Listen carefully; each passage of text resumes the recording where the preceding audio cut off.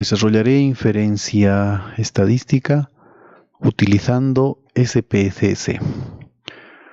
Para ello es importante definir algunos aspectos para realizar inferencia estadística. Uno de ellos es obtener una muestra y a través de esta muestra podemos obtener los parámetros de la población. Y esta muestra debe ser obtenida a través de un muestreo probabilístico. Si la estimación que vayamos a hacer en la muestra y este resultado de la muestra sea el mismo valor que ocurre en la población, el estimador se llama insesgado. También es posible estimar intervalos a través de límites, los límites estimarlas, y que en estos límites pertenezca, dentro de este intervalo, pertenezca el parámetro. Entonces la estimación es por intervalos. Observen, aquí tenemos una distribución normal, Z, es la normal estandarizada. Me obtiene unos intervalos desde menos 1.96 hasta 1.96. Y dentro de ellos se encuentra aproximadamente el 95% de los datos entre estos límites. Por eso se llama nivel de confianza. Hay una confiabilidad de que el parámetro pertenezca a este intervalo es de un 95%.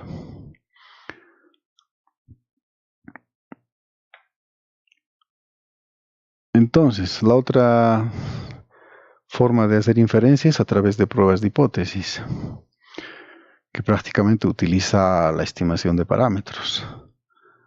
En ese sentido, tenemos tres formas de plantear una hipótesis estadística. Si ustedes observan, en los tres casos, H sub 0 son idénticas, lo que varía son las H sub 1. ¿Qué es H sub 0? H sub 0 se la conoce como la hipótesis nula. Y esta hipótesis nula es una suposición a priori como verdadera sobre el comportamiento de un parámetro. Y aquí está el parámetro. El parámetro en este caso es mu. Mu generalmente representado por el promedio. Y la alternativa es una suposición de que este parámetro tiene un comportamiento diferente a la hipótesis nula. Cuando la hipótesis nula, vean, es menor que la suposición, el parámetro es menor que la suposición, se llama prueba de hipótesis unilateral a la izquierda. Y cuando la suposición del parámetro es mayor, el parámetro es mayor que lo que se supone, se llama hipótesis unilateral a la derecha. Esta otra hipótesis es más interesante, que me está indicando que la hipótesis nula está diciendo que lo que se supone sobre el parámetro es igual el parámetro es igual a una suposición sobre el parámetro. Y me refuta indicando que es distinto de la suposición el parámetro. Entonces, esta se llama hipótesis bilateral. Bueno, se puede manejar cualquiera de las tres. Generalmente los programas estadísticos hacen una prueba bilateral por varias características. Entonces, ¿qué es lo que se hace? Esta prueba se debe identificar una prueba estadística. En este caso puede ser, como en este caso, una normal. Esto es una normal estandarizada. Podría ser una t-student, una G cuadrada, o podría ser una distribución F o otras distribuciones. Entonces, ¿qué es lo que se hace? Este valorcito Z, que se llama prueba estadística, se debe determinar en qué región de la distribución cae. Para ello lo que se hace es obtener los límites en la distribución. Los límites, y dentro de esos límites, vean que acá está el 95% que se llama nivel de confianza. Y los extremos que están en la parte derecha y en la parte izquierda se llaman niveles de significancia. Tendríamos un nivel de confianza, niveles de significancia. Y el nivel de confianza se lo llama como la zona de aceptación y las regiones de niveles de significancia se lo llaman zonas de rechazo. Vean, aquí tenemos un 95%, ¿correcto?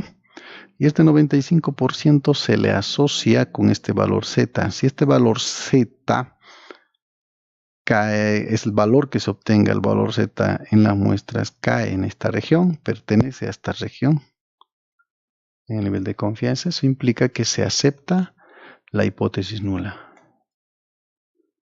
Se acepta la hipótesis nula. Pero ¿qué pasa si este valor cae en las regiones de significancia? Eso que implica que la hipótesis nula se rechaza y al rechazar la hipótesis nula se acepta la hipótesis alternativa. Esa es la forma de tomar una decisión cuando se hace una prueba de hipótesis. Aceptamos o rechazamos la hipótesis nula.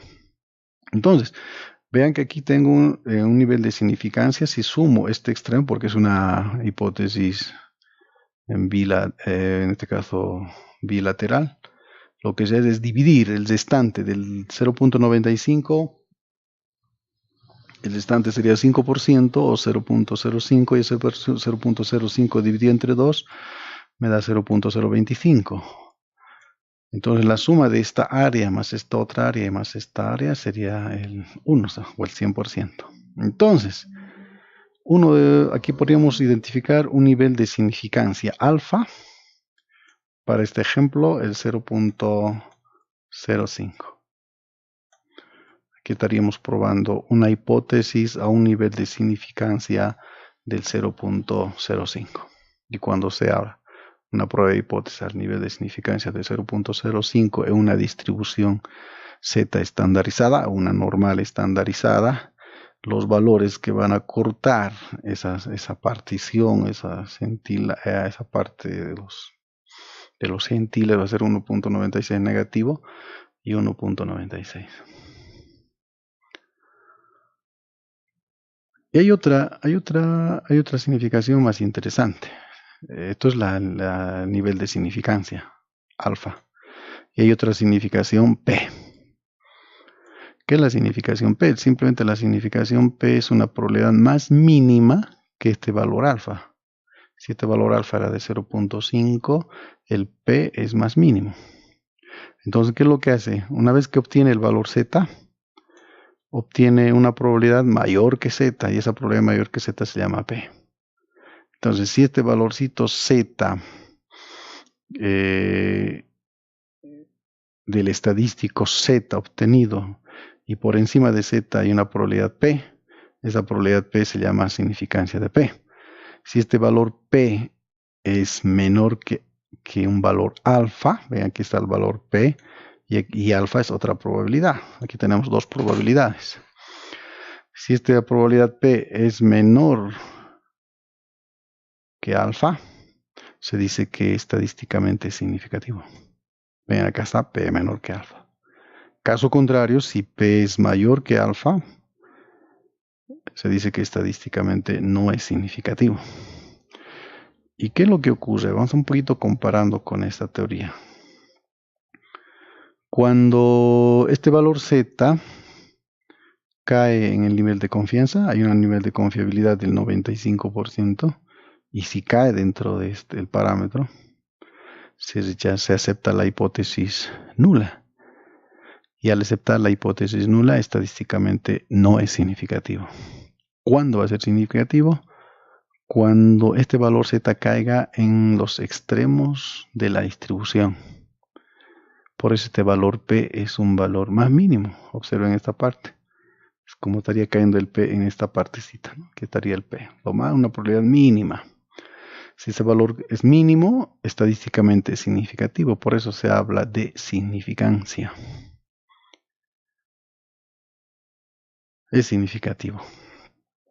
Y al tomar una decisión, porque aquí se toma la decisión de aceptar o rechazar la hipótesis. En eso consiste. Planteamos la hipótesis, posteriormente es aceptar o rechazar la hipótesis nula a través de un estadístico de prueba. Y este estadístico de prueba está sometido a una muestra. A través de una muestra, ¿no? Y esta muestra tiene que ser exclusivamente probabilística. Entonces, hay ciertos riesgos que se toman, que ocurren al tomar una cierta decisión. Observen, cuando la hipótesis nula es cierta y no se rechaza la hipótesis nula, no se comete ningún error. Pero ¿qué pasa si es cierta y no rechazamos? Rechazamos la hipótesis nula. Eso que implica aceptar la hipótesis alternativa. En este caso se está cometiendo un error de tipo 1. ¿Qué pasa si la hipótesis nula es falsa y aceptamos la nula? No cometemos ningún error porque estamos aceptando la nula, porque es falsa. Pero ¿qué pasa si la hipótesis nula es falsa y no rechazamos? Y al no rechazar cometemos otro tipo de error que se llama el error de tipo 2 o una probabilidad beta. Bajo estas características vamos a ir al SPSS. Entonces, ¿qué es lo que se hace de manera inicial en pruebas de hipótesis? Planteamos la hipótesis. Dentro de ellas tenemos la hipótesis alternativa y la nula. Calculamos el estadístico de prueba. Y a través del estadístico de prueba vemos si esta prueba es significativo o no significativo. Y ahí nos permite obtener ahí tomamos la decisión. En ese caso, vayamos un poquito a la prueba T.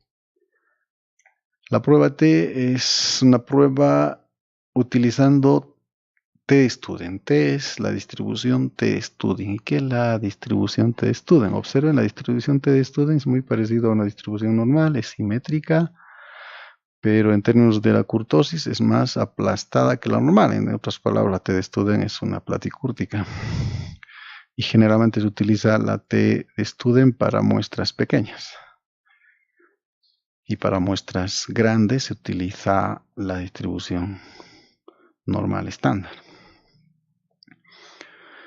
Entonces vean que en la distribución normal estándar solo existe una función. Esta es la función de la distribución normal estándar. Pero ¿qué es lo que pasa con la T-Student? Para cada muestra existe una T-Student. Observen, para acá, cuando la distribución tiene una muestra de 19, o en este caso podría ser de 19 datos, es esta la distribución. Cuando la muestra es de 6, es esta la distribución T-Student. Vean que los valores de los límites difieren. Se está trabajando al 95-95%. Vean que cuando una T-Student tiene 6 datos,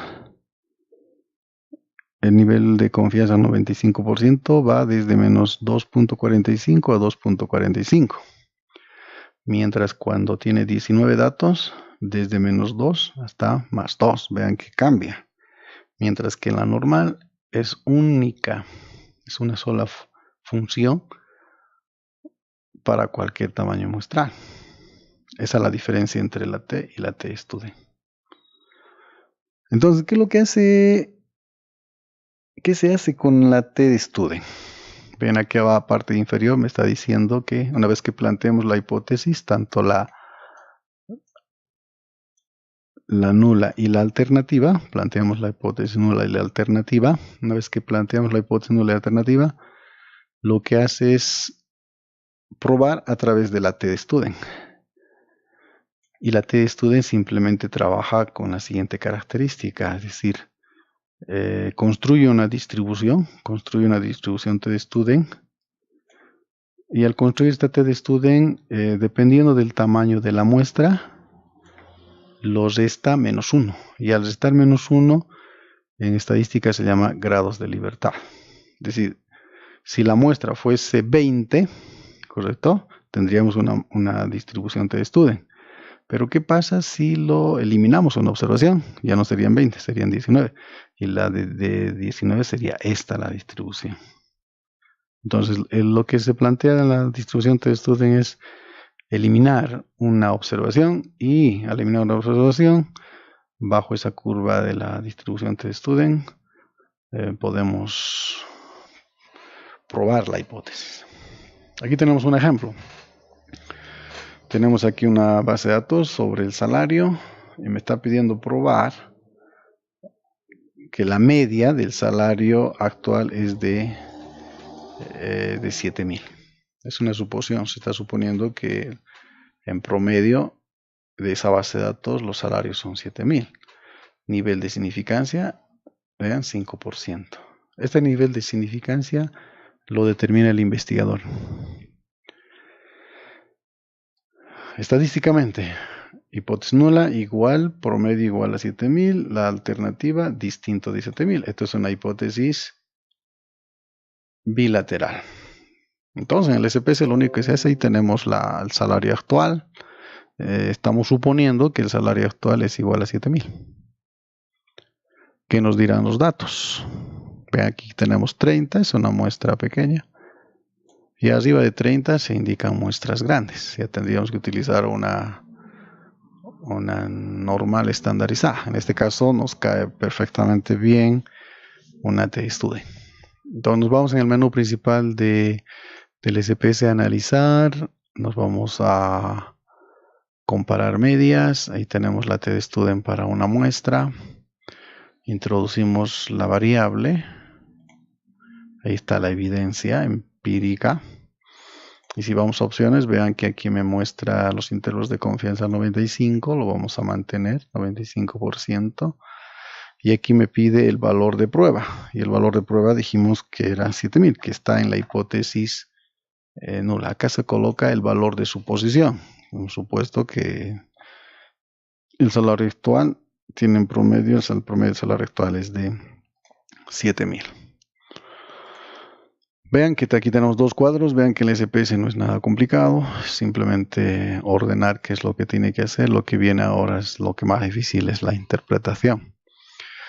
El primer recuadro, la variable salario actual, N30, ¿no? La muestra es igual a 30. El promedio de los 30, 7.256, ahí tenemos la división estándar y aquí el error estándar.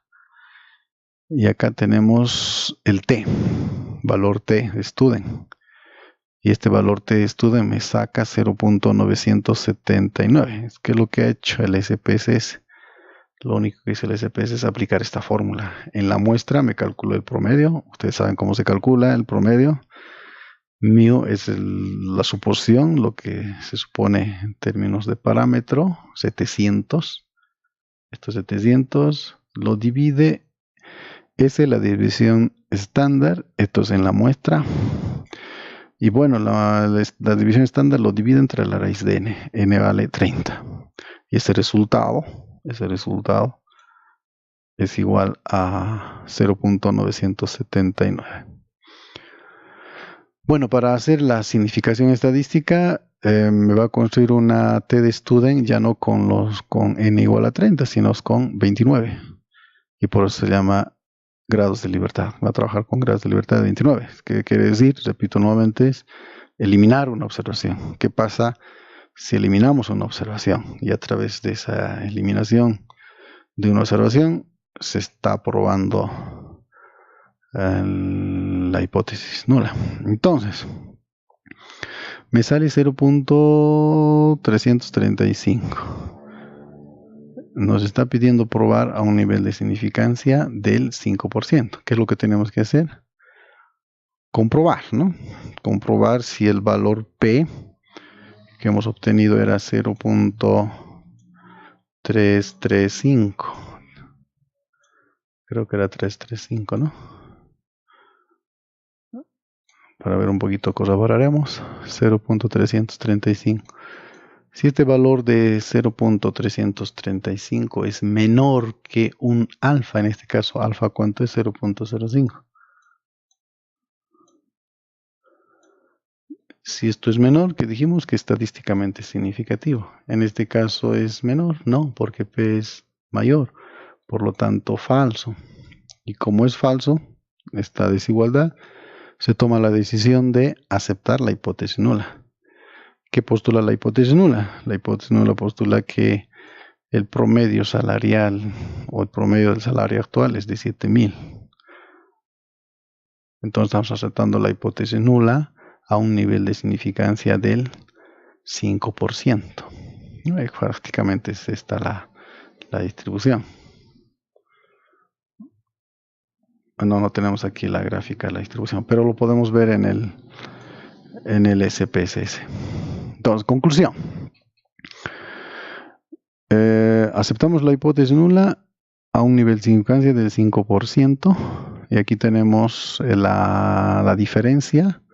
Observen que aquí me salió el promedio 7.256 en la muestra y la suposición era 7.000. Vean que esa diferencia es de 256. Para la estadística, 256 no es significativo. Eso me quiere decir. Por eso la hipótesis nula se acepta. Y aquí tenemos los intervalos de confianza, 95% para la diferencia.